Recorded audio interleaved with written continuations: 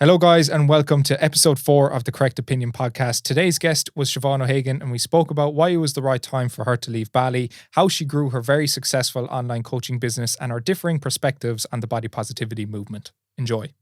So, Siobhan, the last time I was talking to you was virtually a couple of months back. You were leaving Bali. I was just about to come into Bali. Yeah, the same day. You landed the day I left. So since then, I think you were saying that is you were going to leave Bali for the time being or for the foreseeable anyway. Yeah. So how have you been settling into London? Yeah, so I went to London. I spent last summer in London and I loved it. And the one thing stopping me at the time was paying short-term rental in London is nuts. It's the same in Dublin, but leaving Bali, I just was kind of ready for a change. And I'd been there nearly 4 years on and off. And I kind of got excited about the prospect of putting down roots. And I think it's because I'm a bit older now. Like I always thought I wouldn't do it. I always thought I'd be, living out of a suitcase forever. But I get excited about like unpacking my suitcase into a wardrobe that I don't have to unpack anytime soon. I have a couch now. I have tables. And it's great because I don't know, I feel like I can put down roots in one place. Especially for my jiu-jitsu, I'm staying in one gym. I'm not going to be here for 2 months and then traveling for 2 months. Jiu-jitsu is something that's really important to me. And I could tell it was suffering from like having other values of being able to travel. So yeah, London life is good. It's expensive. It's making me work a bit harder. But it's good kind of being surrounded by, I suppose, other people who have my current values. Whereas in Bali, I was surrounded by people who wanted to have the freedom and all that. But now I'm surrounded by people who are just kind of working a bit harder. And, who are kind of working hard and, enjoying their weekend, having I'm getting older, but like going for like a nice dinner and drinks. I'm not like clubbing as much or anything like that. And I'm kind of enjoying it. Like, I don't know if I'll go through another midlife crisis, but I'm kind of enjoying the adulthood.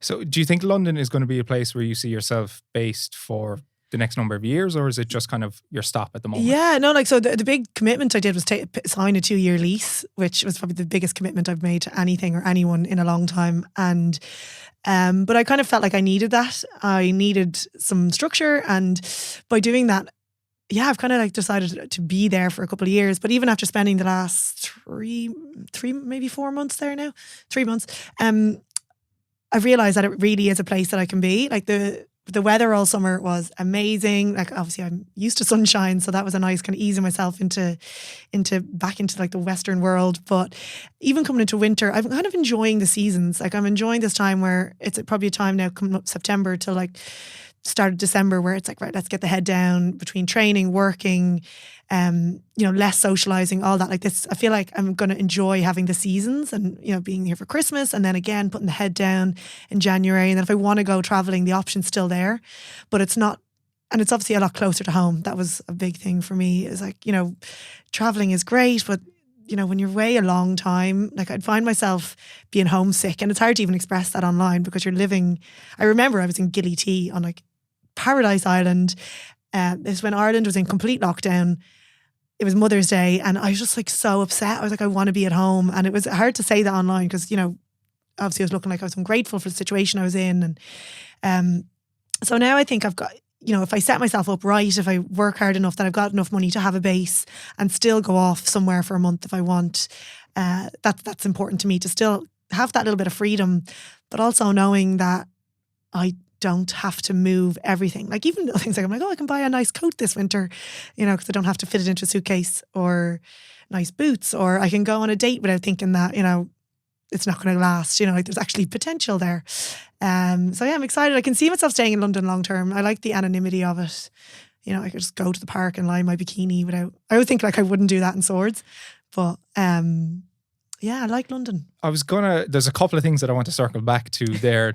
2 things in particular about Bali, and I think there's something else. But I think that's really, really interesting that you felt the same way, I suppose, that I did. Having a base is actually very, very valuable. And a lot of people maybe in our situation might be like, oh, if I was doing your job, I would be off to Australia or be off to here, there and everywhere. But for me, I think I like the idea of having a place where you can come back to, and then just having the option to travel for 6 weeks if you want to, 6 months if you want to.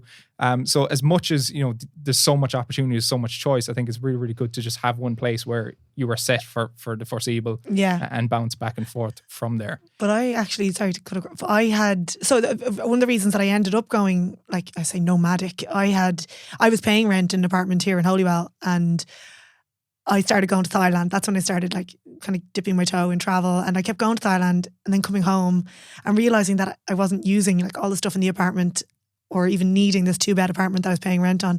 So it wasn't that I didn't want a base. It was actually just that I was like, I can't afford to have the apartment and travel. And that's when I decided to give up the apartment and just move into a suitcase. And I just went one way to Thailand and kind of ended up in Bali. But I don't think I think the ideal situation would be that I could have kept the apartment and, had that base, but I don't think it's always an option. Obviously then I had my parents' place, which, I can kind of stay in sometimes if there's room. So I have that base. Not for too long. Yeah. I was like, I have to go. They're like, why? I'm like, it's just too much time. But yeah, I think it's nice to say that we've got an option. I don't know if everyone would have that option to have the base and travel. And at the time I had to decide, and I chose no base and travel. But now I'm kind of hoping that I can work hard enough to afford both. So rewind a couple of years. What would have drawn you to, you said it was Thailand first and then you moved on to Bali. Why was it that you decided you wanted to spin off to Thailand? Oh yeah, I had started doing a little bit of solo travel myself, just going on the odd weekend. I went on a weekend to Porto, did a week in Tenerife where I took my laptop down and was like, oh, look at me, nomad. And then I actually got invited on a retreat to Thailand, and so I went to that and I was supposed to stay on after with my friend, but she didn't come in the end. So I had 2 weeks on my own in Thailand and I was terrified. I was actually like, what am I going to do? But then it was just the most, like, it gave me so much life experience, just traveling around these islands on my own, meeting people, being in uncomfortable situations and all that. And I kind of came home. I think one big thing for me at the time, it was kind of the time after my bodybuilding show where I was really struggling with training, my identity online, everything. And I went to Thailand, and where I met loads of people who just never knew me. They just, they didn't know that was me, were 10 kilos heavier than I was a few months before. It was just like meeting new people. I ended up doing CrossFit training, which I'd never done. I used to just watch them doing it, where I was doing my deadlifts, and then I'd look at them doing deadlifts and I was like, that looks so light. And then I'd try it, and then they make me do burpees in between. And I found something that I really wasn't good at, and I started wanting to get better at that. So it switched my idea, or I suppose my goal of training. So it changed a lot of things for me. So I think it wasn't the area, it wasn't the country in particular. It was just the time in my life where I just found new friends, new way of training, obviously the cost of living, the heat, everything, and the culture in Thailand I loved. So I kind of just stayed for those 2 weeks, and then I came home and thought, like, I need to go back as soon as possible. So yeah, I just kind of kept booking flights, wherever I had enough money I'd go for. I remember I booked flights to Thailand instead of buying the couch I was going to buy. And I really, the couch or flights to Thailand. Yeah, I mean, I at the time I was like, well, I've got the winter coming in. I was going to buy this. I was looking at L-shaped grey couches, and I was like, why does everyone have an L-shaped grey couch? And I actually decided then I'm going to stick with my mismatched couch and get the flights to Thailand and go to Thailand for December. And I posted that online, and I offended a lot of people. I was like, going to buy flights instead of an L-shaped grey couch. I mean, I get it now. Like, if I had an L-shaped grey couch, I'd be like, oh, ouch. But it's, without kind of thinking that it's nothing to do with you. It's my choice online. It's not. But people were genuinely offended by your comment. I mean, I'm not offended by anything I say. But ironically then I found myself this year been like, oh, back to Bali? No, I've bought myself an L-shaped couch. It's not great. But, it's funny how things, your values and things can change. But yeah, Thailand was just cheap, hot, fun, learning about new cultures, new ways of life. Before I went to Thailand and anywhere in Asia, like, I just thought the only way to live was you go to college, get a job, get married, have kids. And if you don't do that right, if there's something, like, if you're not getting that right, that that there's something wrong. And then I met people while traveling all around Southeast Asia that just live differently. And I realized that was okay. They were happy. They were like making just enough money teaching English online to fund their lifestyle of, traveling around with no career prospects. And I was like, oh, that's okay. You know, and I realized they were happy, and I realized that I could do that. Then I always thought I was, you know, doing something wrong, especially like I was on the career ladder and took a step back to facilitate this life. And it kind of just, I suppose it was confirmation bias that like I was okay. I was doing the right thing myself. So do you want to give a bit of background as to how you funded that lifestyle? So from my perspective, you were one of the very first sort of Irish people to do the fitness thing, to do the informative videos, and to obviously do the influencing side of things. How did you get into that? Where did your story with social media start? Yeah, I was only reflecting on it today because I was like back in FlyFit where I was every day. I was, you know, up at 5 a.m. training, taking selfies when no one else is doing it. And yeah, so basically I think I was just like an early adopter to Instagram at the time, like early 2015. I had 600 followers in January, and I was posting fitness content on a separate page because I was too embarrassed to put it on my own page. And I just kind of, yeah, I think I was ahead of the game. You know, like if I started now, I don't think it would be able to grow to what it is. But I always was very clear on my values. I use the word values a lot, but it really shaped my life. But so I started, basically I was miserable. I studied finance, financial and actuarial maths in university. I have to say uni now because I live in London. Yeah. Like college doesn't make sense now. And I was working in like a corporate job, you know, using my degree. Job was fine, but I also didn't really see much progression. And I was 25. I was like, is this it for the next 40 years? And it actually came down to me trying to book a beautician's appointment. And I realized that the only time I had free was like a Thursday evening or the weekend. And I was like, the majority of my lifestyle is at this, my life is at this desk. And I ended up going and doing recruitment for a year, kind of hoping that would be the step ladder into this big, you know, I'd be this successful corporate woman. And after about a year there, I was making good money. I was handed a bonus, and that's what kind of made me decide. I was like, this isn't it. And I was really quite down. Like I'd say that's the closest to depression I had. Like I was just crying all the time for no reason. I was out of a relationship a couple of months and, you know, going out and trying to live my best life. But deep down, I was just miserable. And I tried to get the recruitment company to pay for a master's in software engineering because I was like, I want to go down a different route. But they said no. And, you know, I was just really upset. And she was like, what do you really want to do all day? And I said, I just want to go to the gym all day. And she's like, why don't you be a personal trainer? And honestly, I was a bit like, I studied maths in university, so why would I do that? And I kind of just started looking into it. And then I looked up a course, and there was one nearby, but then I got really upset when I realised I couldn't do it with the hours I was working.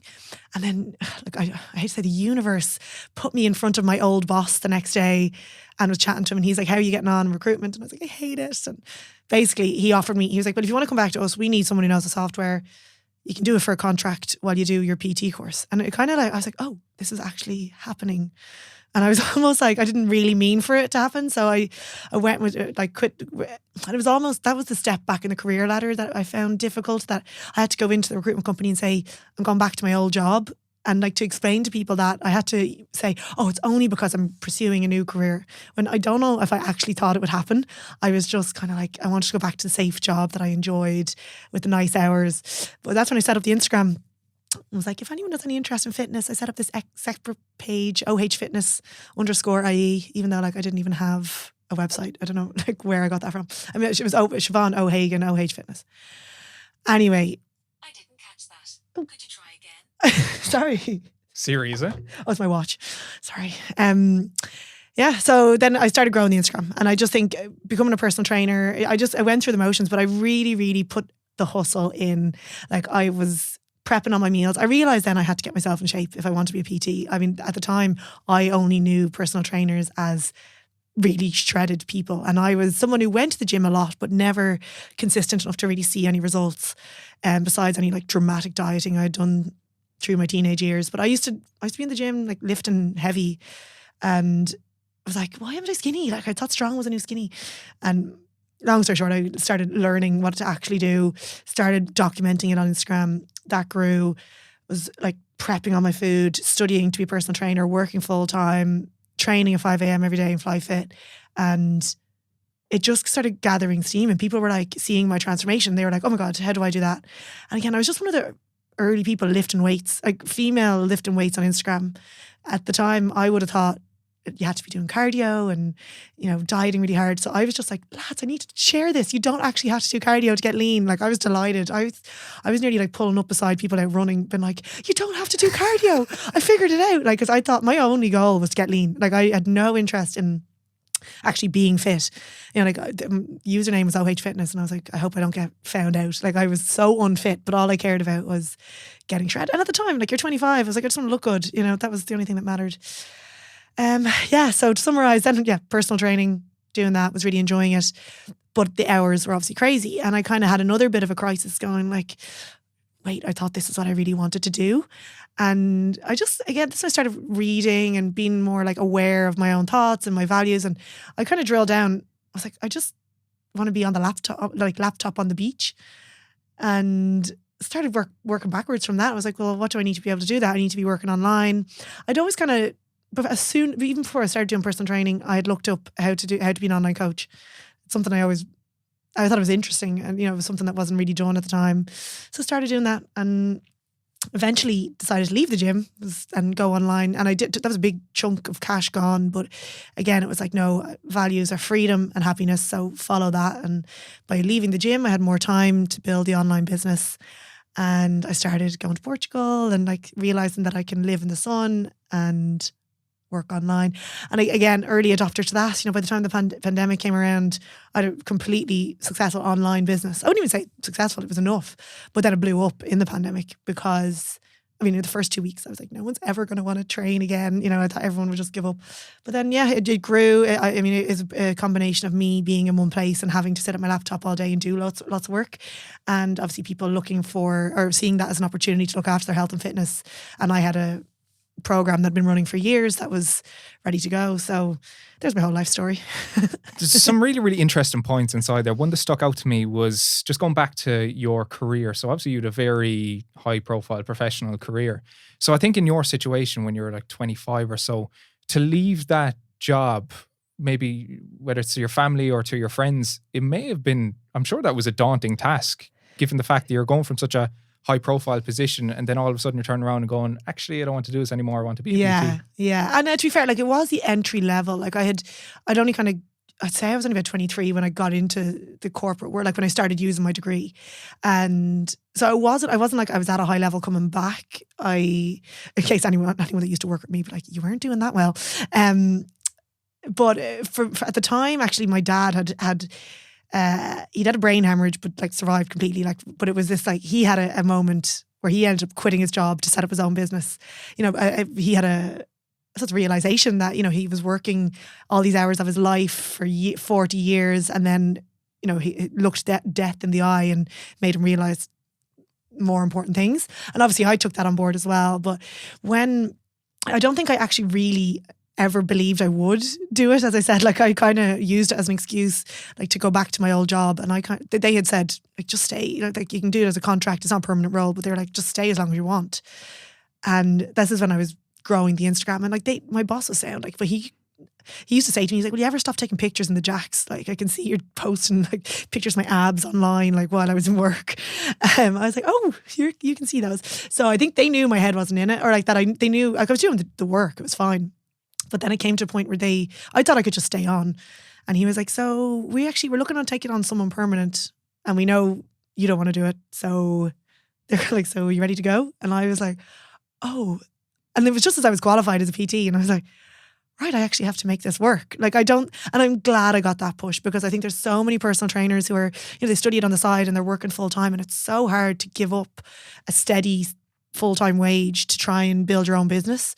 So I was quite lucky again that I was pushed out, like, in the nicest way. They were like, yeah, you can finish up at the end of the month. And I was like, oh my God, I'm unemployed. Like, that was mad for me those couple of weeks. But again, because I'd built up like an email list for 6 months of people wanting me to train them, I knew that I could monetize that.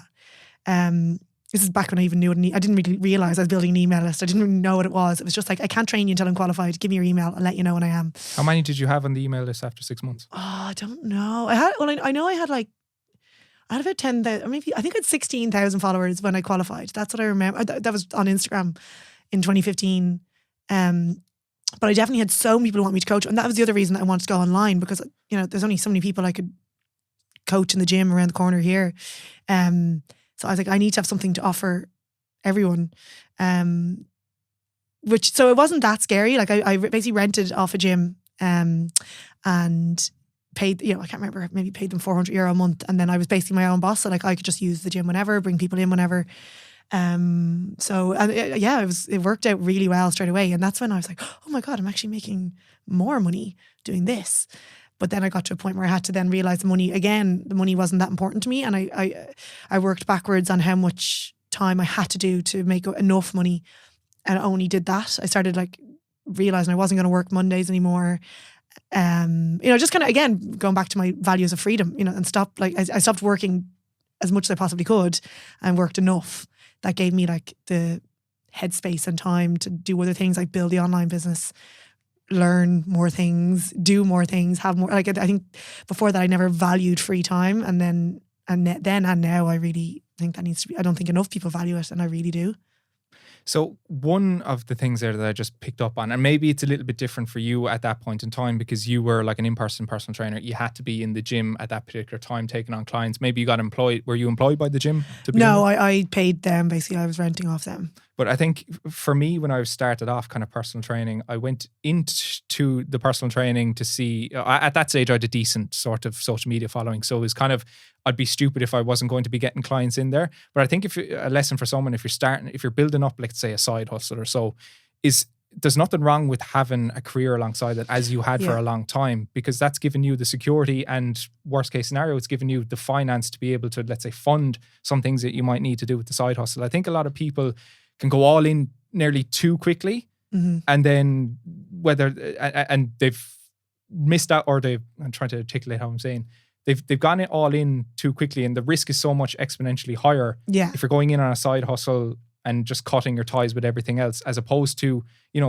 putting aside maybe hours in the evening time where you're building up your business and then still working your normal job, and then getting to the point, as Rob Lipsett says, where your side hustle is now actually earning more money than your actual job. And then at that point, you can safely make an assumption that you can go all in with that. Yeah, and that's that number I was speaking. I actually got it from Jonathan Goodman. I don't know if you follow his stuff, but like he was one of the first people who, that's the person I found out about online coaching from, and I followed his systems and stuff. But he talks about having a number, and that's the number of, that's the money that you need to, not just to survive, but to like enjoy your life, like to have, to do your nice things, and like just to survive. And then he's like, it doesn't all have to come from the personal training.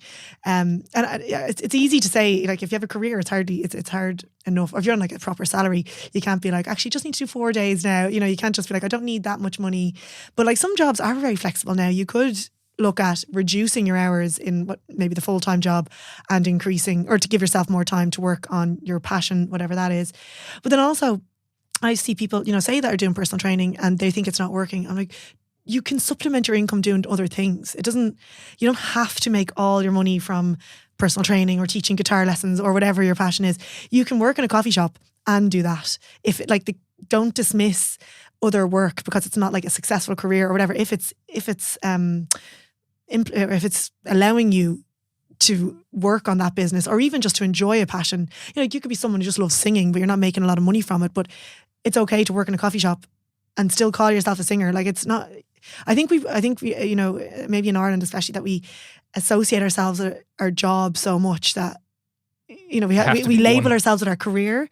And I think we just need to more look at like seeing work as money, and money as the whatever allows us to, whatever way we want to live our life, instead of just chasing labels or careers or, status in a job. I think we should just be like, okay, well, what is it giving me in terms of my lifestyle?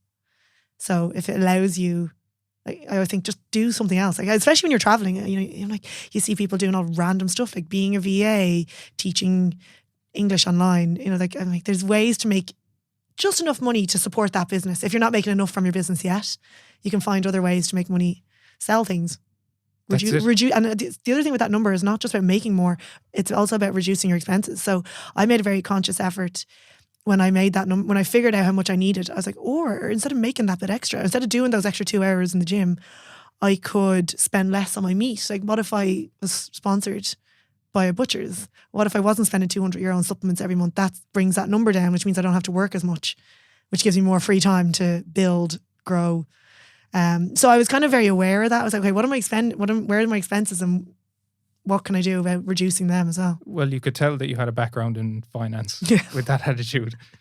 Numbers, that's where it ends. Something that you touched on earlier was Bali, and kind of you felt as though, now maybe I'm putting words in your mouth, but you felt as though the time was right to move on because you felt as though you were surrounded by maybe people who weren't on the same path or maybe in the same direction as you. Is that fair enough to say?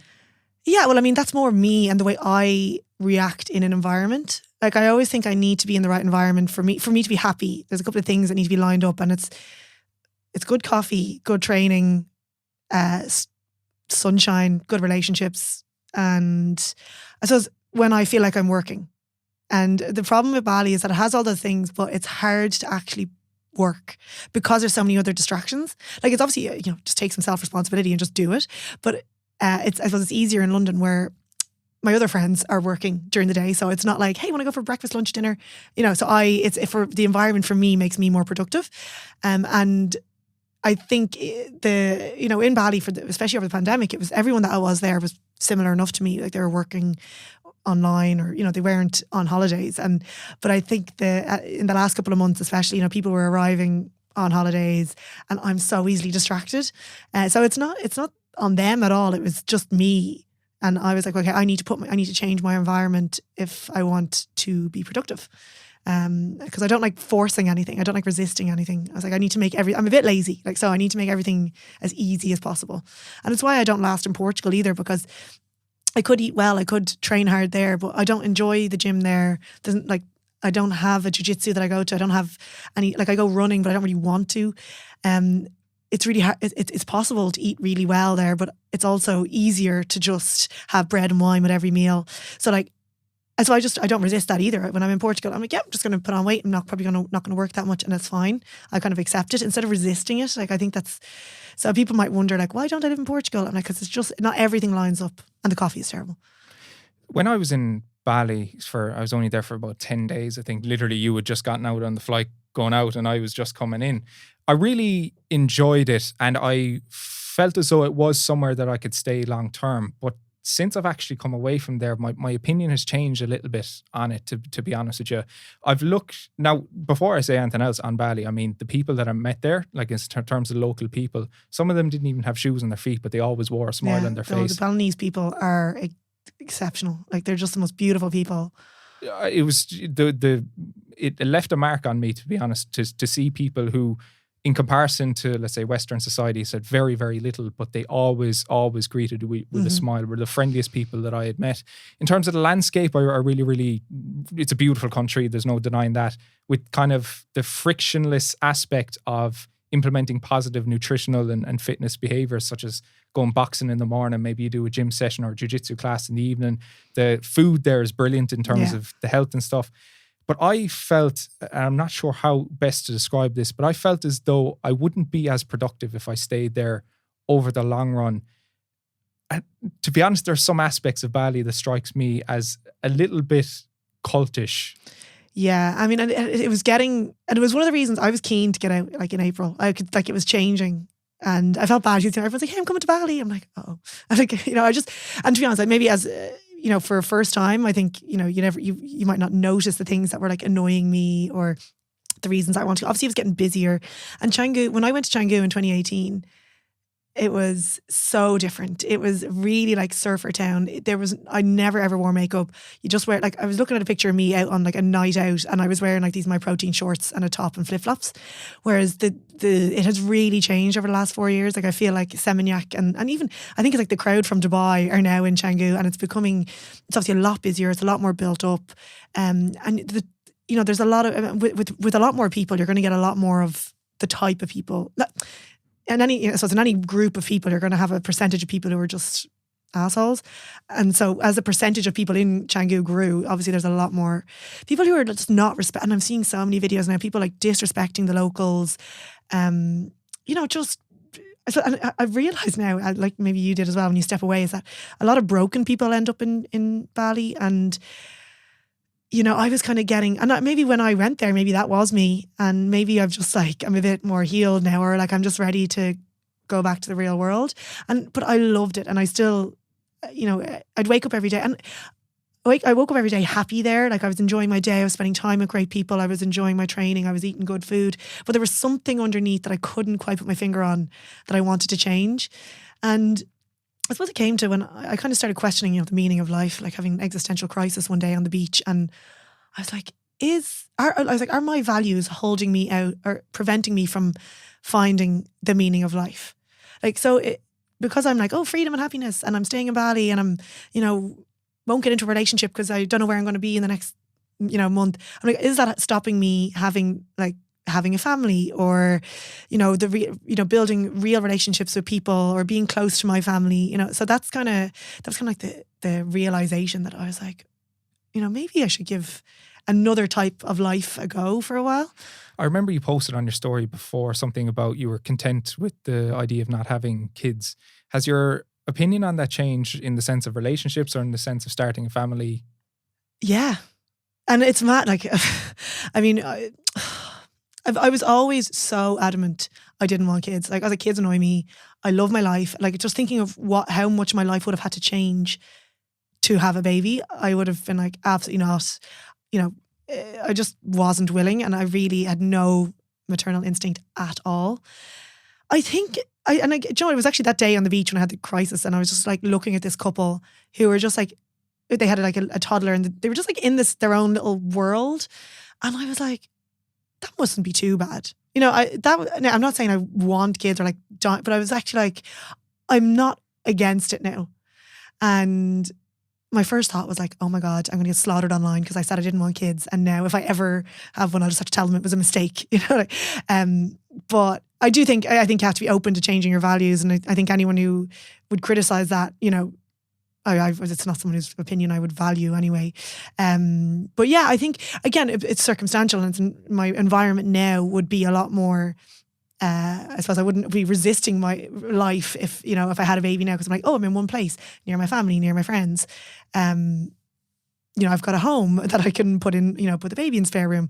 Now, sorry, my mother's probably listening to this, been like, yay! And I'm not actually planning anything. I suppose I'm just looking at different perspectives and not as closed off. I think that's interesting as well. And I think if you were to pursue that life now, you're in kind of a good time to do so, because you've lived your life of freedom and the digital nomad life for the best part probably of the 10 years. Yeah.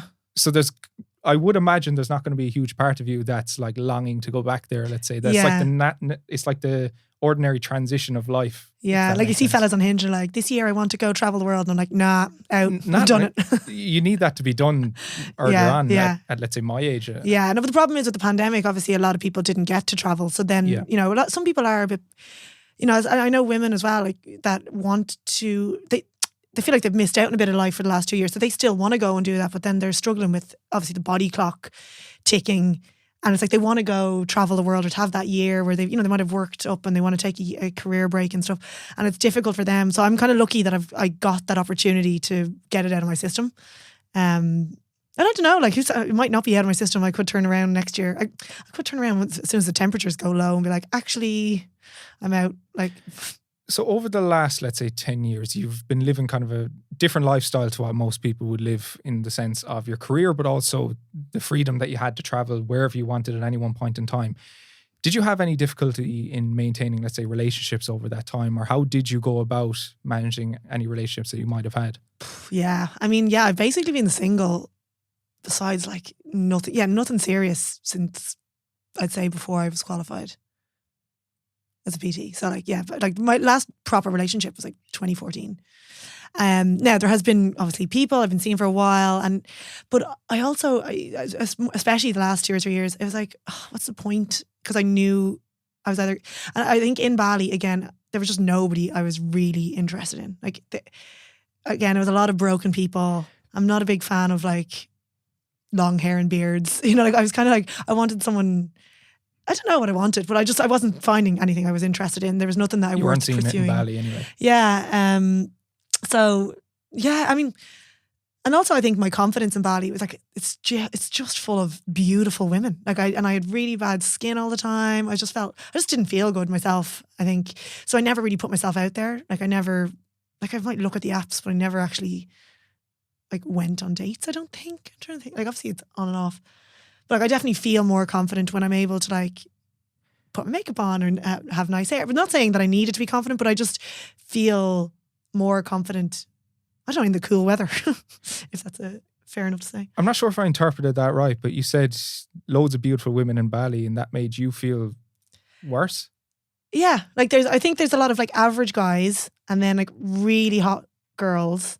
So there's like it's a supply and demand thing. So then it was kind of like, well, what's left? I'm like, nah, I'm all right, thanks. I think that's a very limiting sort of mindset that you might have. Oh, had it there. is. Like, I mean, if I went to therapy, I know they'd be like, you're beautiful, think of yourself better. But it was more of it was more of an internal feeling. Like I did do therapy on it, but especially with the skin being so bad, it would sometimes be hard to go to the gym some days. And, you know, I'd go to, like, I had a good beautician there and she was just like, yeah, it's just, you need to stop training so much and you'd be less dirt on your skin and then your skin would be better. And I'm like, training is the only thing that I enjoy. So it was just like accepting it. But yeah, so I'd always, and because I didn't really like wearing makeup over there, I just never was like, yeah, I'll go on a date. And Really? Another thing was that I was never lonely enough. Like I had such a great group of friends. Like it was like my social life was like, lads, I'd actually love a night on my own, which I'd never really had. Like I was out for dinner every night. So dating was just like not a priority. Did you try it at all over there? Like, did you go on dates with people? No, I don't. I'm trying to think. I don't think I ever went on a formal date. Like you might be out with a group and then you like one of the lads is interested in you. I'm trying to think. It was more like, yeah, no, there was nothing formal, no formal dating. And you mentioned kind of a little bit about sort of broken people. I assume that I'm including myself. I wouldn't necessarily say that, but it is something that it's an elephant in the room that I've noticed kind of about Bali. And I'm not sure, is there a particular draw for people who might feel like they're missing something in their life to go out there to maybe other people who they feel are similar in situation to them? Yeah, I mean, well, someone like myself, I would have looked at people, you know, as having what I would have thought was the typical life of having, you know, a job and kids and a household and doing washing and all that. I would have thought that was unfulfilling. Like I would have always said, how could anyone, like I just couldn't understand why anyone would choose that life. I almost thought it was people who were just like, had no other option would do that. So I was like, oh yeah, like look at me, I'm out here living my best life. But again, just more learning, exploring, being curious, looking at other perspectives has made me realize that, and probably the video that Skinny Gaz did, it was, you know, like there is purpose in the mundanity of day-to-day life. And I've kind of opened up to that. But, and again, by kind of giving that a go, I'm able to then look at, you know, reflect then on my life in Bali. And I think what I was doing was really just waking up every day, being like, am I happy? Yeah, don't change anything. Like, which was always how I thought was a great way to live your life. And I still do. But also, I think that was that niggling underneath was making me kind of question things a bit. And it's only when I started questioning, I was like, maybe there are other ways to live. Maybe that those people in those lives are actually happy. You know, I really had to kind of question my own beliefs. And I think that's important to do. It's hard to kind of navigate that online when you're like an opinionated person to be like, actually, I changed my mind. In my time there, I had a couple of very vivid memories of meeting a handful of people. I remember I was at El Kabram bar. Oh, yeah. I was there one night and I met, I think, 2 or 3 people who were like nearly 40 at that stage. But I was asking them, what do they do? And they were like, I don't do anything. I'm just here and don't know when I'm going home. Or I met a couple of people like that. And I found that was very, very eye-opening to me. So for people who might feel as though Bali maybe is the answer to their problems, and this isn't to say never go to Bali, never visit Bali, never live in Bali. But for some people who feel as though maybe going to Bali at this point in time because they feel they're broken or they're misunderstood, what would your advice be to them? I'd say go. Because I think it's important to look, and I think anywhere, I just think meeting people from different walks of life, seeing different cultures, I think it is really important.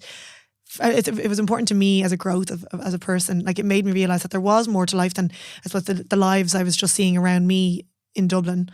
It gave me different perspectives, and I think then it's like after seeing so many different ways of life, then deciding on a way, it became a lot more. It was a lot easier to accept this is my life because not because it was the only one. It was like seeing a lot of different ways of living and choosing my own way. I do think like the spirituality of Bali is it's influential. Like you get swept up in it. I don't know, 10 days probably wasn't enough for you to be walking around in elephant pants. But I did get swept up in it, especially in Thailand. Like I was reading Eckhart Tolle, I was reading The Power of Now, and I was like, wow. Like I have read that, and I read that back in Limerick. Maybe I think I really got a lot out of it because I was on my own in Thailand. You know, like the book came out to me in a bookshop. You know, like I went through that phase of, you know, really spiritual beliefs and believing everything happened for a reason and all that. And I think I see people that I follow that are there now and they're going through that phase, you know, where they're in that really spiritual world, and it's nice. It's a nice place to be. But I think I grew out of it, you know, and it was almost frustrating me. I'd be in Bali and like my friends are like, or not, you know, people are like, oh, everything happens for a reason. And I'm like, I get why that can be a good phrase, but it's not what I want to hear right now when shit things are happening to me. Or like, you know, it's nice. It's a nice way to think, but I just think very practical. You know, like the flower fell. I remember one time flower fell on the table at dinner.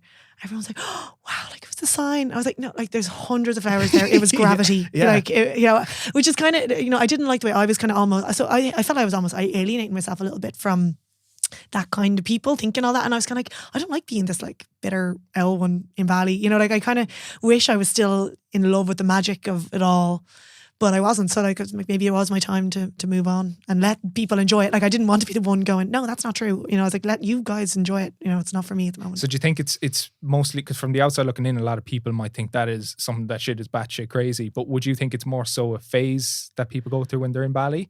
Or is it something that they carry? I mean, I definitely went through it, but I think the more, like, I just love learning, and the more I learn, like, I used to be like, oh, you know, I might have thought something was magic, and then I'm like, oh, I learned why actually the science behind it. So I'm like, oh, so so the more things I'd learn, or I mean, even the messages I used to put out, you know, like I started learning about like privilege. I was like, oh yeah, that's, you know, that's a real thing. You know, like I used to be like, just believe in yourself and you can achieve anything. And I'm like, you know, have you ever seen that? It's like, did you manifest it, or is it privilege? And the problem, and the reason behind that is like, there's a lot of obviously white privilege, especially on Instagram. It's like, you know, people are like, she's not the best coach. She's just pretty. You know, like there's a lot of things that we need to, I mean, you can be pretty and a good coach, obviously. You know, like you think of me saying out to the masses, believe in anything and work for it and you can achieve anything. But I'm at an advantage of someone who is growing up in a disadvantaged area because I'm like from middle class. But it's kind of like just acknowledging that instead of, and you know, acknowledging my own privilege. It's a long, complicated topic, and I've read about it a lot, and it kind of made me realize that some of the stuff I was putting out before, I'm like, God, yeah, there's probably someone who's like, I don't know, disabled. It's like, well, I actually can't do that. You're saying anyone could do anything, and you're like, God, I actually never considered other points of view. And like some people think, you know, maybe some people don't believe in, you know, catering for everyone, but I think I'm a lot more careful on what I say now and what I believe, and yeah, it's a complicated topic, but I think it's just education and kind of more looking at everyone's perspective is important. I think there will always be exceptions to the rule, and I think people, whatever they're looking to pursue, whether it's similar to what someone else is trying to pursue, will be at advantages and disadvantages. But I think a lot of people can look at the disadvantage and the fact that they objectively will have to work a little bit harder as a reason for them to kind of maybe point the finger and say, this is the reason why I will never achieve something like that. That is a different perspective, but there's also the people who will do everything in their power and yet they still can't do something because they haven't got the same privilege as another person. Would you mind giving me an example? So, yeah, like, I mean, genetics are a big thing. Like, you know, like, but I wouldn't, and again, I see what you're saying. Like, I'd never, you know, people will blame genetics for not doing something. But like, I just think you can reach your potential. It's just like different to someone else's potential. Yes. And I wouldn't like say, like, I'd take responsibility for like, I'm not lean. It's not because I'm not lean. It's not because of my genetics. It's because, you know, I enjoy drinking at the weekend or I enjoy whatever. That's kind of taking responsibility for your own actions. But like, say I look at someone who's, I don't know, absolutely shredded and they've got 1 million followers and they're like, you can achieve this if you just believe in yourself. And I do everything in my power to get as absolutely shredded as I am, and I'm still not looking like what she looks like. And it's kind of like just acknowledging that difference. Yes. But not using it as an example, but acknowledging it. But I suppose from her perspective, not looking at me going, you're obviously just not, you didn't want it hard enough, you didn't work hard enough, Yeah, no, that's I agree with you there, but I think the caveat with that is, let's say if you do have that shredded influencer who's saying just believe, work hard, and you look like this, I think that's wrong. But I think believe, work hard, and you may look the best version of yourself possible. So I think that's where you sort of stay in your lane in the sense of comparison. If you're comparing yourself to what someone else has or what someone else has achieved, then you're kind of setting yourself up for failure or for unfulfillment, because there's always going to be someone who's further along in the field that you want to be as far along as possible in. But I think if you're looking at your own individual path, your own individual journey, and yes, you may not achieve the heights that someone else has achieved, but you may achieve from where you're starting now and whatever position that you're in, you may move yourself a hell of a long way towards whatever your objective is. Yeah. And so for me, it was kind of like just changing my messaging a bit around that. Like I honestly used to think, just set up an Instagram and you'll just blow up and you just do exactly what I'm doing. Like that's what I kind of thought. Like I was like, what's stopping anyone doing exactly what I'm doing? I was like, well, there's a lot of factors there. Like the time, I was talking about timing, I was just ahead of it. I don't know, like other things, like maybe my genetics made me get lean faster than someone. Like I genuinely used to look at people and be like, I'd see in the gym, I would judge them, like, why aren't you, if you're here every day and I'm here every day, how come I'm getting better results? But then there's so many things I wasn't considering. And like I look back at, like, I just think I used to be a lot more ignorant than I am now. And the more I learn, I just think I have more perspectives. I'm almost more careful what I say now because I've learned a lot more. Which is almost like I kind of miss being, ignorance is basically just say anything you want and not worry about anyone else, which is, there is ways of doing that. And it's a way to go, but I am a bit too careful now. Maybe I'm not too careful. I'm very careful of other people's feelings. Do you feel that dilutes your message? Yeah, definitely. Like I used to be a lot more. Like it's almost like we were talking about like posting online. Like it's easier for me now to say nothing because obviously I'm very careful in what I say, but it still gets like so much criticism. Like people always will find something wrong with what I say. So it's kind of like I've naturally just fell out. Like, okay, here's a picture of me bikini. There you go. Or like, here's a picture of me boxing that no one can get offended by.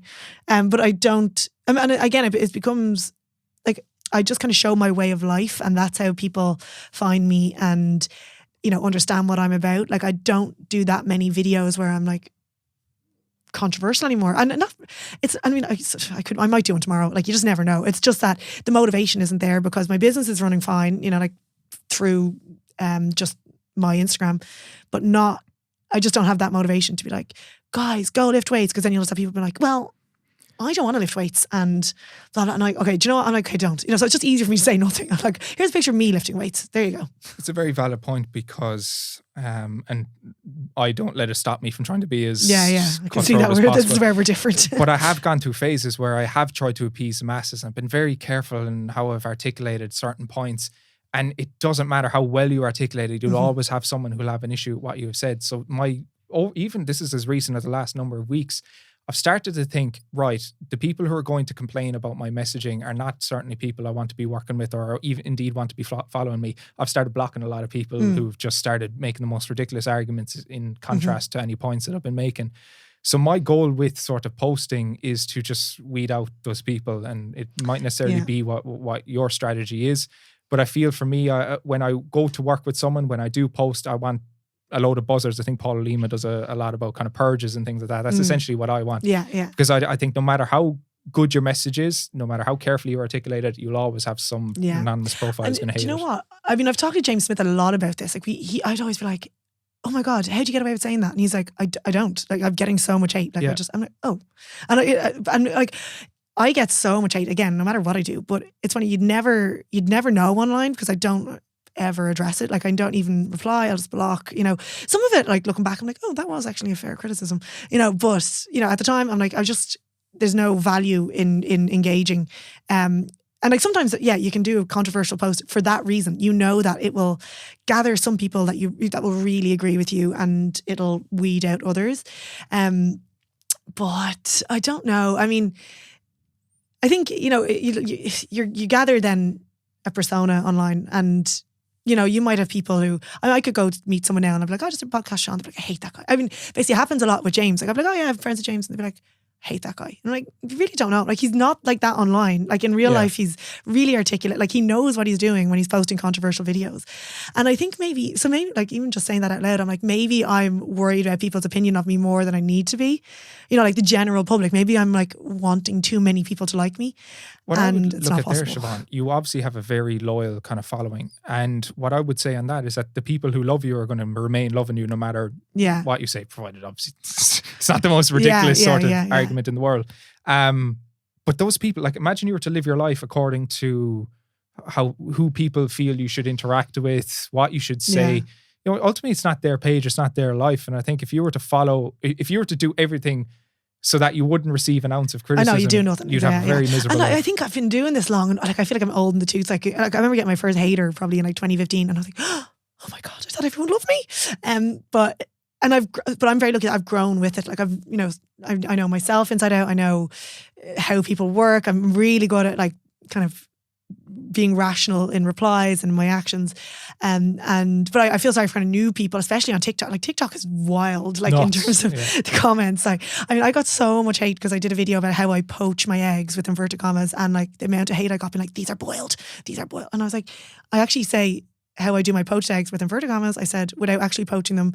And like, I just didn't know how to respond. Like, people were like, why did you say that? And I'm like, I honestly don't know why you're getting so worked up. Anyway, TikTok's just wild. But I think I'm lucky that I grew with the amount of trolling I was getting. So as I grew, and you know, as the forums that are not even on Instagram, is that you know that they're all talking about you at one time because they all start coming in and with the same criticism from people who don't follow you. And I'm just like, I'm fine with it. But again, I think subconsciously then I'm not being as controversial in my content, or like I'm just not. I don't know. It's just I don't need to be, so I haven't felt the need. But maybe, you know, I've got a new guy who helping me like running the Furnace Instagram, and he's kind of pushing me to do this video. And I'm like, yeah, actually maybe I will. Like, and it's not like I'm actively avoiding it. I'm just like not that bothered doing it. Then that's why I haven't been posting controversial stuff. On the topic of controversial topics, oh God, I would love to get your opinion on the body positivity movement. Now, before I ask you for yours, I'm going to give you just my general opinion on it. The body positivity movement, I assume, was started with kind of good intentions. And I'd love to hear your perspective on it solely because you are someone who's kind of gone to the level of competing on stage. So you've been in that, what some might consider peak physical condition, even though I'm sure you can testify to the fact that you probably didn't feel your best when you were there.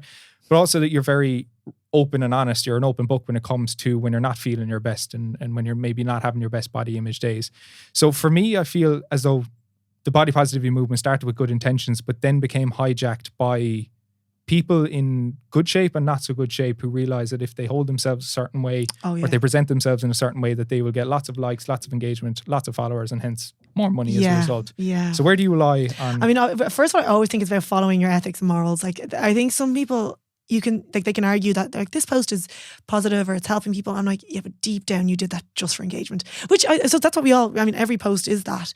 But again, I would get, and I could see it in myself because I used to, years ago, I remember like putting up a picture of like, I remember it was me in Thailand with cellulite in the back of my legs and been like, something about loving myself, cellulite and all. And then people were like, what cellulite? And I was like, what do you mean? You know, so I can see that. Like, and I would see, say, girls that were much more shredded than me, been like, oh, I love myself when I'm bloated. And I'm like, bloated? Like, if you think you're bloated, what does that make me? So I kind of took that perspective of people. So and like with cellulite, that's something that but we talk about normalizing it. And I'm like, by normalizing it, we just need to stop talking about it. So I just don't ever talk about it. Like, I will put a picture of me with cellulite, and it's like when hip dips came in, I was like, everyone's talking like, oh, I love my hip dips. I'm like, what are they? I'm like, do I have those? I was like, if we had just never mentioned them, it's like the phrase, out. Don't think of a white elephant. What you think of a white elephant? So with cellulite and stuff, so in terms of using those posts, I just don't do it. I don't even do transformations anymore because I mean, it might be a bit extreme, but I just think, again, thinking of people who are like, their after photo might be like my first photo, and I'm like, oh, this is, you know, I went from here to here, and no matter what, even if you're even if you just caption it well, I still think with transformation photos, there's a lot to be said, and you know, I just not like, you see obviously people using like 6-week transformations, dramatic diets, loads of cardio, and selling a program with a 6-week, and I'm like, this. I just don't think it's a representation of anything. It's not a representation of what the next person can get. It doesn't show what the program entails. I think so. I'm not a big fan of that. But in terms of like the anti-diet movement, like this is kind of like the body positive. That's where I'm kind of, that's where I question a lot of things. So I've been absolutely shredded. I've been absolutely dedicated to everything, you know, lived my whole life around being shredded. And then I really struggled afterwards. And I mean, I've struggled my whole life when I think about it, like all the different mad diets I did, like from having no education. And then even when I knew what I was doing, struggling with the mental side of it and like binging, like I was crying, putting peanut butter in my mouth after the shows, been like, I've no discipline, like blaming myself, thinking there was something wrong with me, not understanding like the hormones in my body and how, you know, it was a natural reaction, like blaming myself as a person. And I know that so many women have disordered eating habits and don't know what to do about it, or don't even realize that they do. But then the anti-diet message is like, just don't diet at all. And I think there's a fear then, or there's women who really, really want to change the shape of their body for whatever reason. And they're like, and I do believe in everything the anti-diet movement is saying, in that, I mean, not everything, but I agree that if we had just never dieted, we wouldn't need to. I think we'd be able to, like if I had never restricted myself so much, I would never have eaten a lot. This is just a theory, you know, that I would never have eaten a lot, which never would have meant me put on the weight. And then I would have been able to listen to if I wasn't surrounded by diet culture, I would have been able to listen to natural hunger signals. I would have trained for not reasons of like what I look like. And so I have this belief that if we just take the pressure off women dieting all the time, they actually probably would be able to listen to their hunger levels a lot more, depending on their environment and their situation and their mental health and everything. But the majority of my program is actually stopping women being so restrictive, because that then stops them overeating. And I think that comes with education. So like everyone, I have counting calories, which could be seen as, from the anti-diet movement is like absolute the worst thing you can do for someone. But I think I sit in the middle where I'm like, no, I want women to make informed decisions. I think everyone's the same, like when you're understanding what you're putting into your body, you can then make decisions on the results and what it does. And you practice acceptance around, if you have higher calories, that's fine. If your measurements don't change, that's fine. And learning that, teaching women like that it's okay to not lose weight every week. And there's a lot of work around that. So I think there's like, if you take away that, like say what I'm doing, or what most good coaches are doing, which is educating people about nutrition and supporting them in changing their body in a healthy way, you're pushing the people who want to change their body back into the people who don't have the morals and ethics and are just doing dramatic, unhealthy transformations. And then, or else they're just not dieting, and they're trying to get on board with this, like, don't diet's a bad thing. But deep down, they're not happy because they're not comfortable in the way they're feeling with their health. They might want to, lose weight for their health, but they don't know what to do, because if we weren't there, like in the middle, educating them, they'd get pushed back into restrictive dieting, overeating cycles. And yeah, so I mean, I speak to a lot of people. Like I speak to Sinead in Intuitive Eating Ireland. Like, it doesn't mean we agree on everything, but I've really open conversations. I've learned about things. I'm like, oh yeah, maybe that was, maybe I could have talked about something without being, a little bit less damaging. Not damaging, but, I'm just, as I said, I'm considering more people in my messaging. But I think I do sit in the middle. I did have a phase maybe where I was like, I need to quit what I'm doing. I read like a book about anti-dieting and I was like, oh my God, I'm the worst person in the world. I can't believe I'm a fitness influencer. They are the worst people in the world. Quit everything. But then I kind of rationalized it and spoke to a lot more people. I was like, no, what I'm doing. And I like look back at all the feedback and everything. Like, I'm helping people get away from, I suppose, where I was, this all consuming diet, nutrition, lifestyle, and being like, oh wait, you can make it as part of your life, and it can enhance your life, and you can train for performance, and you can actually enjoy your life without being shredded, and you can actually find a really healthy set point for you and your environment there. And I think that's me. And I think, I don't know, I mean, I feel good at the moment, but I feel a lot better now than I did 15 kilos lighter. And it's not but obviously my body is well fueled and all that, but it's more my mental state that's changed. And I think that's important. I think we need to like look at that more than telling people whether to diet or not. It's like improving their attitude to the issue isn't diets.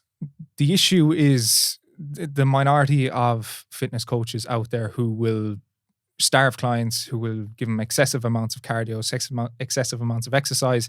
That leaves them in a worse position. Yes, they might get to a point where they're shredded, but then what the fuck do they do after? Because they're not going to be able to sustain anything like that. But I have a real issue with the completely don't diet altogether. And I get it. I understand that telling someone you should just accept and love yourself for who you are might superficially make them feel better for a moment. But I'm sitting here as a walking, talking contradiction to the body positivity movement with the remains of a hair transplant on. No matter how much someone told me your hairline is fine, no one notices, is you notice it. Yeah. And someone telling you to accept something like that is not going to make you feel any better. It might make you feel better for the moment that you're in it. But then living the rest of your life with something like that, it's just not going to cut the mustard, unfortunately. So I'm very much of the opinion if you can do something about it, then do something about it. I think with the body positivity movement, what it'd be good for is someone with something that they can't do anything about. I think if you have a debilitating condition that you just let's say, I'm not saying the cellulite is a debilitating condition, but something like that you don't have anything you can do about it, you've no choice but to accept it and get on with it. And I did get rid of cellulite by being shredded, but I suppose the acceptance is like, I'm accepting that I have it now based off the lifestyle that I want. Like I know what to do to get shredded, but I'm not willing to. Yes. That's kind of besides the point. Well, for me, I think better than telling someone to accept something that they don't want to accept, and provided there is a solution to do so, the feeling that, like, no matter how much my mother told me when I was younger that it's just puppy fat, that, you know, no one recognizes that didn't make me feel any long-term satisfaction. But the satisfaction that I got when I took up running, when I started paying more attention to what I'm eating, when I got down to a condition where my friends were noticing how well I was looking in comparison to how I was before, that's ultimately what gave me massive satisfaction. I mean, self-love, that's the word that's thrown around. But I think what we need to look at, that like self-love is training, is treating your body with respect. And that is, you know, lifting weights, eating nutritious food for your, you know, it's not starving yourself. It's not like gorging on crap food. It's treating your body with respect. And I think the anti-diet thing, the only people I think that would work for is people maybe have just never, as I said, never dieted. You know, like if someone came to me and was like, yeah, I have a really good relationship with my body, just want to get stronger, I'd be like, okay, don't start counting calories. Like, you don't, unless you actually want to change something, or you want I just think there's a high risk. I don't know if it's women or if it's equally risk, you know, percentage for men, like that there is a risk to pick up disordered eating habits. And I think that's where the anti-diet movement is like, don't risk it. Whereas I'm like, we can, if we do it properly, it's safe. And I think that's where the messaging is getting mixed up, where they're saying like, there's a risk that you're going to end up doing like this really restrictive diet that's going to affect you for the rest of your life. I was like, or you could just learn a little bit about nutrition, tighten things up, and you get to a position where you're happy, and then you move on.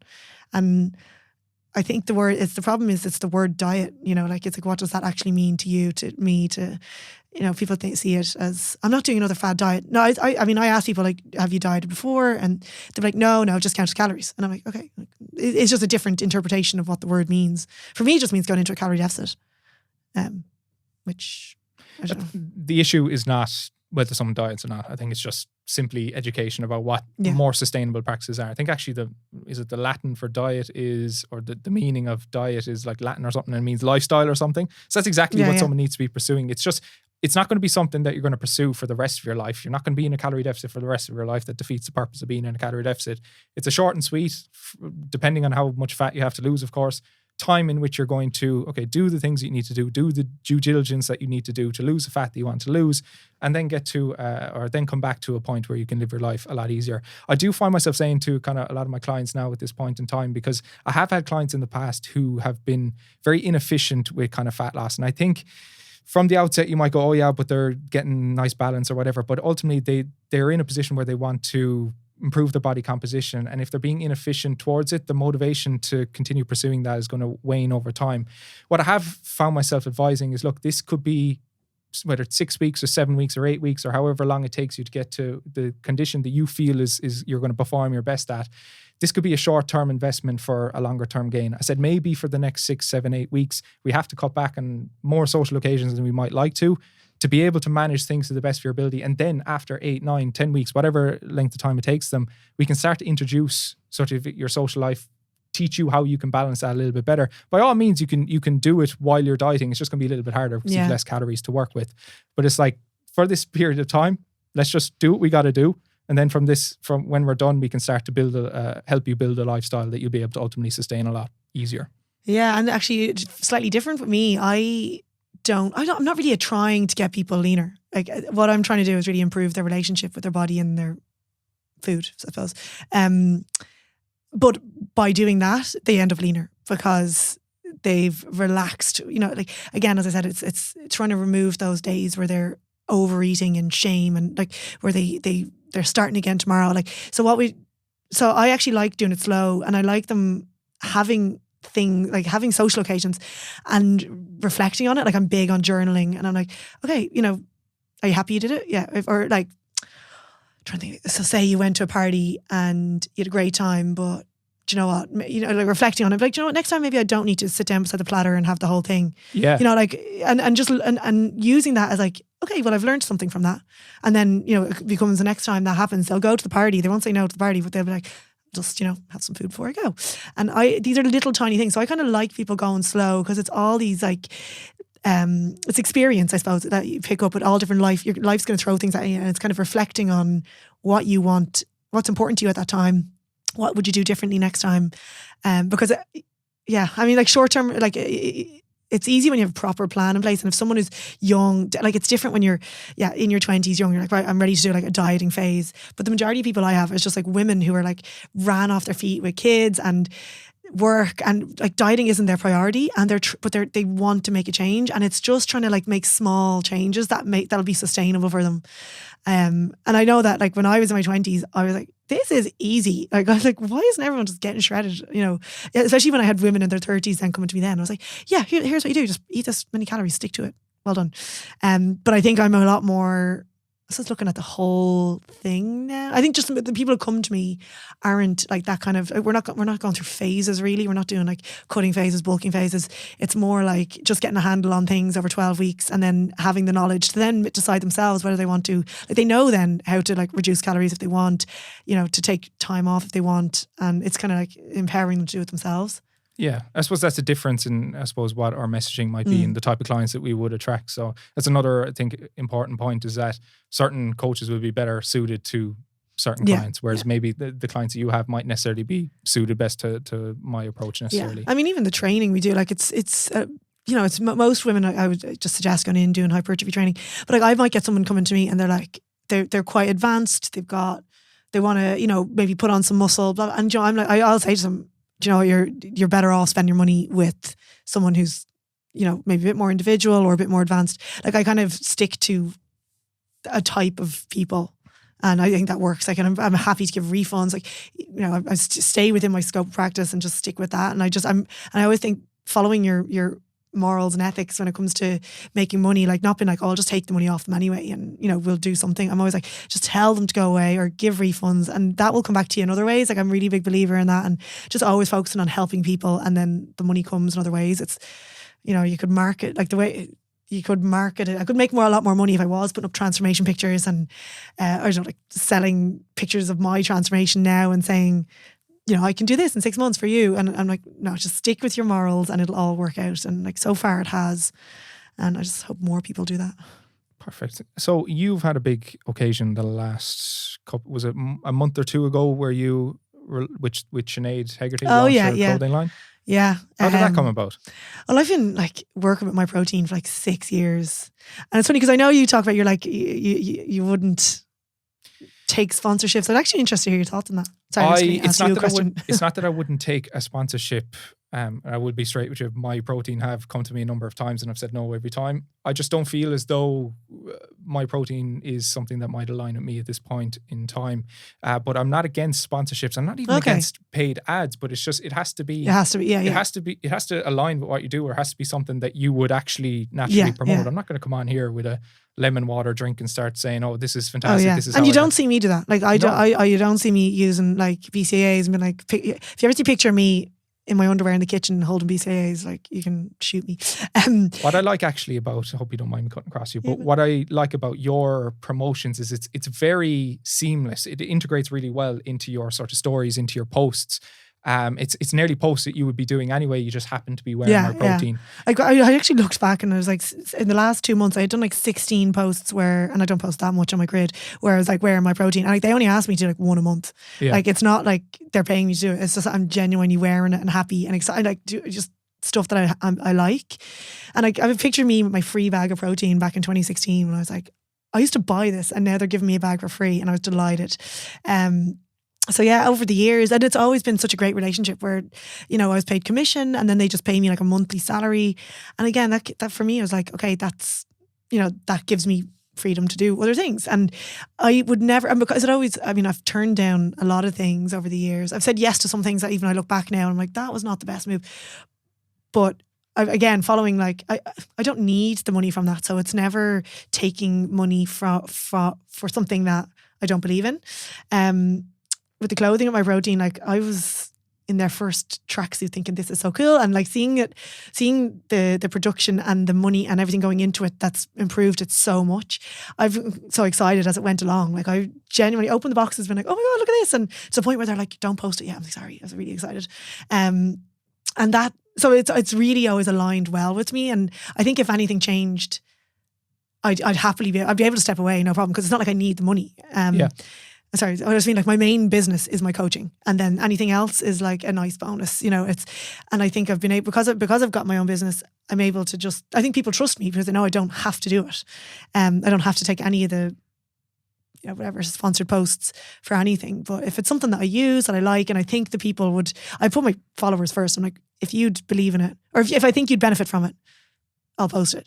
Like I have friends of businesses that are like, will you post my business? And I'm like, I don't know if my followers will benefit from that. So, and I value my followers' trust so much that I'm like, I'm sorry, but I'd have to really believe in the product or see the service in action for me to recommend it.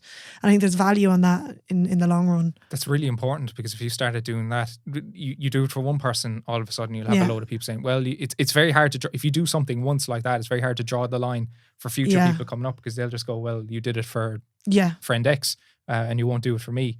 And I think that's important as well, because you've no obligation to help start someone else's business. Like you I mean, obviously I get that a lot. Like people literally I don't know are like, hey hon, just started my PT business, be great if you gave a share. And I'm like, I wish there was that option back then. But again, I'm like, I mean, I could do it to be nice. Like it sounds mean saying no, but it's like, I'm looking at this person and I'm like, will my followers benefit from following you? And I'm like there's some people I share like that I'd be like, oh, brilliant. I mean, I'm probably shared some of your videos and like, oh, this is brilliant. But that's organic. That's authentic. Yeah. It's because I actually, like I shared Sean Casey's video the other day. I was like, excellent video. And it's not like he ever asked me to. I watched it and was like, and like he might have made, like, I mean, he's blown up now, but I mean, like, you never know what will get picked up by someone with more of, like, that had more of a following. I used to. But like, you never know. So it's about putting out the content and just doing your own work, working on yourself, putting out good stuff, focusing on helping the people that are following you, and you never know when it'll blow up. It's a good lesson, because for people who may be in that position, no one owes you anything, and it's up to you to put in the work, put out the content if that's the line of work that you're in, and by virtue of you putting out high quality content, someone's going to look at that, go, that's excellent, and then you'll get your blow up moment. I think you shouted out, I remember it was just before I hit 10,000 followers on Instagram. You shouted out something. I think I got a couple of hundred followers. Do you know what? I was wondering to remember this. I actually remember how I found you was on TikTok. I used a sound on. I actually because I don't have many TikTok videos. I just scrolled back and looked at it this morning. It's you doing a chicken fillet roll, and I don't know why I took that sound and put my makeup onto it. Yeah, that's how I found you. I don't know, terrible makeup and a terrible video. I mean, my video was, but it's like that was so random. That's how I found you originally. I remember opening up. I was like, I didn't quite get the context. I don't know why I did it. I was like, was I drunk? Like, what was that? Like, it didn't make any sense. I think I was just a big fan. I'm a big fan of chicken fillet rolls. So I think I found a video on chicken fillet rolls. I was like, I'll do my makeup to this. I remember that video. That was one of my first wig videos, I think. Yeah. I just clicked on it this morning. It's funny. Might repost that. We'll have to share it when people see it. But there was a couple of like home workout videos that I did that you shouted out. I think I went from like 9,800 or something to over the 10,000. So it's all because of me. It's all because of you, essentially. That's what we're trying to say here, Siobhan. So to wrap up, I think, what does the next couple of years hold in store for you? Let's say, what's the next 5 years look like for Siobhan O'Hagan? I don't know. And like, it's weird because I've always like asked that question last year. It's always like absolutely no idea. Like, who knows what country I'll be in? But now it's like, it's weird. I'm like, oh, I just see myself, like I've got this couch now that I can't just get rid of. So I think I'm going to stay in one place for a while. So going back to what you said a couple of minutes back. So the couch was thrown aside for the flights to Thailand. So now the flights to Thailand are getting thrown aside for the couch. And I think being open to change in life is important. I'm just saying that so I don't get like people being like, you said you didn't want a couch. And now I love my couch. So yeah, I mean, in terms of the business, I don't really know. Like at the moment, it's just doing really well. I started doing an app last year and I ended up scrapping it because it's almost like I didn't want to mess up what was working. So I don't know. Like I think I'd like to grow. I have coaches working for me and they're excellent, and I'd like to grow that team to help more people. So, but I think I need to. I think you need to focus on marketing it more, improving it. And it's good. I kind of feel like I was like, oh, I'm in one place. I can see myself having the time and space to do that. What else? A couple of things in the pipeline. Nothing that I've announced yet. that we might Nothing that you're willing to plug at the end of this. No, just the furnace.ie. That's my business. Well, brilliant. Siobhan, I've loved having you on. It's been a really, really interesting Delighted catch-up. to be asked. Well, guys, that is all for the 4th episode of the Correct Opinion podcast. I really, really enjoyed my conversation here with Siobhan, and I hope that you have too. So if you're looking to catch up with Siobhan on other social medias, you can find her on Instagram and TikTok at Siobhan O'Hagan and her soon to be released podcast. So I shall see you in the next one.